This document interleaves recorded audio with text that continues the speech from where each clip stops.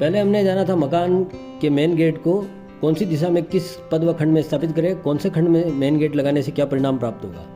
आज हम जानेंगे मुख्य द्वार यानी मेन गेट की स्थापना में क्या सावधानियां रखनी है और मुख्य द्वार की स्थापना में क्या द्वार वेद है। द्वार वेद यानी मुख्य द्वार के सामने क्या चीज़ें नहीं होनी चाहिए जिससे घर के मुख्य द्वार का सही खंड में स्थापित होने पर भी सही परिणाम प्राप्त नहीं हो। तथा हम जानेंगे कि इन द्वार वेद यानी मेन गेट के सामने जो रुकावटें या अनचाही चीज़ें हैं उनके दुष्प्रभाव से कैसे बचें। आप देख रहे हैं टोटल एस्ट्रो सेज, मैं हूँ आपका अपना अजय।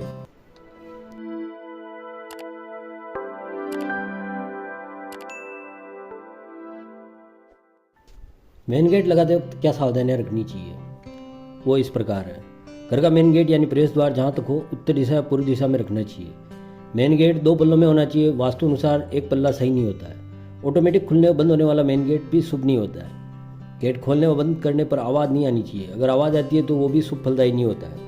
पूर्व दिशा वाले प्लॉट में मुख्य द्वार ईशान कोण और पूर्व दिशा के मध्य जयंत व इंद्र भाग में बनाना शुभ होता है। पश्चिम दिशा वाले प्लॉट में मेन गेट नैऋत्य और पश्चिम दिशा के बीच वायु कोण के पुष्यदंत व वरुण भाग में बनाना शुभ होता है। दक्षिण दिशा वाले प्लॉट में मेन गेट आग्नेय और दक्षिण के बीच नैऋत्य के व्रतक्षत व गंधर्व भाग पर बनाना शुभ होता है।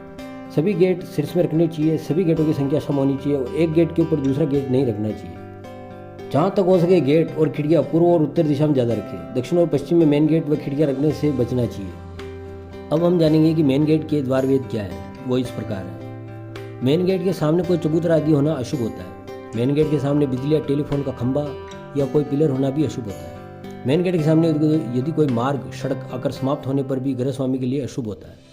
मेन गेट के सामने कोई पेड़ नहीं होना चाहिए। मेन गेट के सामने कोई मेड़ी वगैरह भी अशुभ होती है। मेन गेट के सामने मंदिर या देवालय होना विनाश का कारण होता है। मेन गेट के सामने पानी या कीचड़ होने पर भी अशुभ फलदायी होता है। अब हम जानेंगे कि मेन गेट के सामने द्वार वेद यानी अनचाही चीज़ें होने पर उनके दुष्प्रभाव से कैसे बचाव करें। वो इस प्रकार है। मेन गेट के सामने कोई पेड़ या खंभा हो तो हमें मेन गेट के ठीक ऊपर अष्टकोणीय यानी 8 भुजा वाला कांच लगा देने से नेगेटिव एनर्जी वापस लौट जाती है।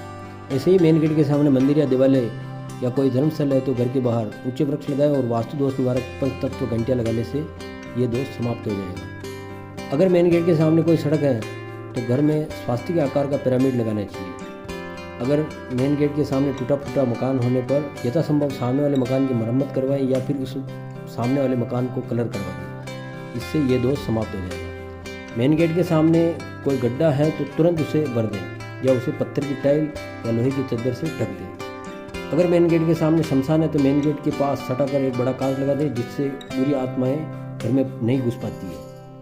अगर मेन गेट के सामने शमशान है, सामने के फर्श को पानी से समुद्री नमक मिलाकर उसे धोना चाहिए जिससे इसका प्रभाव कम हो जाएगा। मेन गेट के सामने पहाड़ी होने पर घर के बाहर ऊंचे हवादार पेड़ लगाएं तथा घर में श्री यंत्र की प्राण प्रतिष्ठा करें जिससे इस दोष का निवारण हो जाएगा। और हमें यह ध्यान रखना है कि मेन गेट के पल्ले हमेशा अंदर की ओर खुले। आज बस इतना ही। अगले अध्याय में जानेंगे कि मकान की खिड़कियां कैसे लगानी चाहिए। धन्यवाद।